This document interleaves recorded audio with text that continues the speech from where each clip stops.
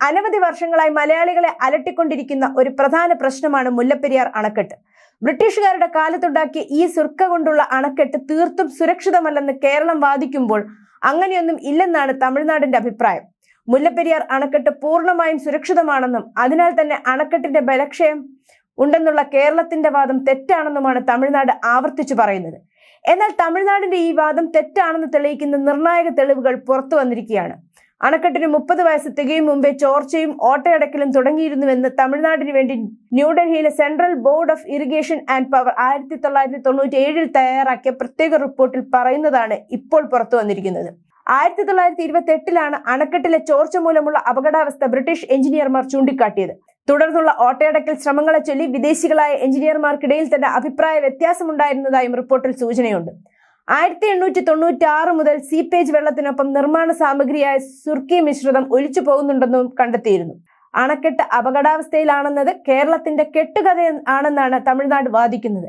കാലപ്പഴക്കം കൊണ്ട് ദുർബലമായ സുർക്കി അണക്കെട്ടിനെ താങ്ങി നിർത്താൻ 1980-95 കാലത്ത് പുതിയ കോൺക്രീറ്റ് ഭിത്തി നിർമ്മിച്ചതുകൊണ്ട് എല്ലാം ഭദ്രമായെന്നാണ് തമിഴ്നാട് ധരിപ്പിക്കുന്നത്.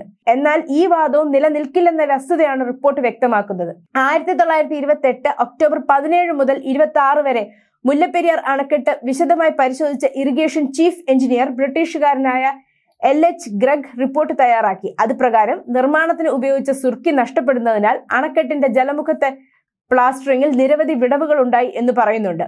ഇതിലൂടെ ഡാം ഭിത്തിക്കുള്ളിലേക്ക് ജലം തള്ളിക്കയറിയെന്നും അണക്കെട്ടിന്റെ മുകളിൽ വീഴുന്ന മഴവെള്ളവും ഭിത്തിക്കുള്ളിലേക്ക് അരിച്ചിറങ്ങാൻ സാധ്യതയുണ്ടെന്നുമായിരുന്നു റിപ്പോർട്ടിന്റെ ഉള്ളടക്കം.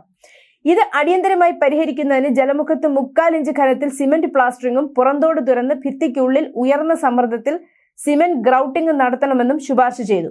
എന്നാൽ അണക്കെട്ട് തുറന്ന് ഗ്രൗട്ടിംഗ് നടത്തുന്നത് വിഡ്ഢിത്തമാണെന്നും അണക്കെട്ടിനെ കൂടുതൽ ദുർബലപ്പെടുത്തുമെന്നും ചൂണ്ടിക്കാട്ടി ചീഫ് എഞ്ചിനീയർ ഡോവ്ലെ അക്കാലത്ത് തന്നെ രംഗത്ത് വന്നു. എന്നാൽ എഞ്ചിനീയറിംഗ് വിഭാഗം ഇപ്പോൾ തമിഴ്നാട് ചെയ്യുന്നത് പോലെ ഈ മുന്നറിയിപ്പ് അവഗണിക്കുകയും അണക്കെട്ടിന്റെ അടിത്തട്ടിൽ നിന്ന് 136 അടിക്ക് മുകളിൽ പാരപ്പറ്റിൽ നിന്ന് 20 അടി താഴെയിൽ തുറന്ന് സിമന്റ് ഗ്രൗട്ടിംഗ് നടത്തുകയും ചെയ്യുകയായിരുന്നു. 1931 മാർച്ച് 5 ഈ അറ്റകുറ്റപ്പണി പൂർത്തിയാക്കി. ദീർഘകാലത്തേക്ക് അണക്കെട്ടിലെ ചോർച്ച തടയാൻ ഇത് പര്യാപ്തമാവുമെന്നായിരുന്നു കണക്കുകൂട്ടൽ.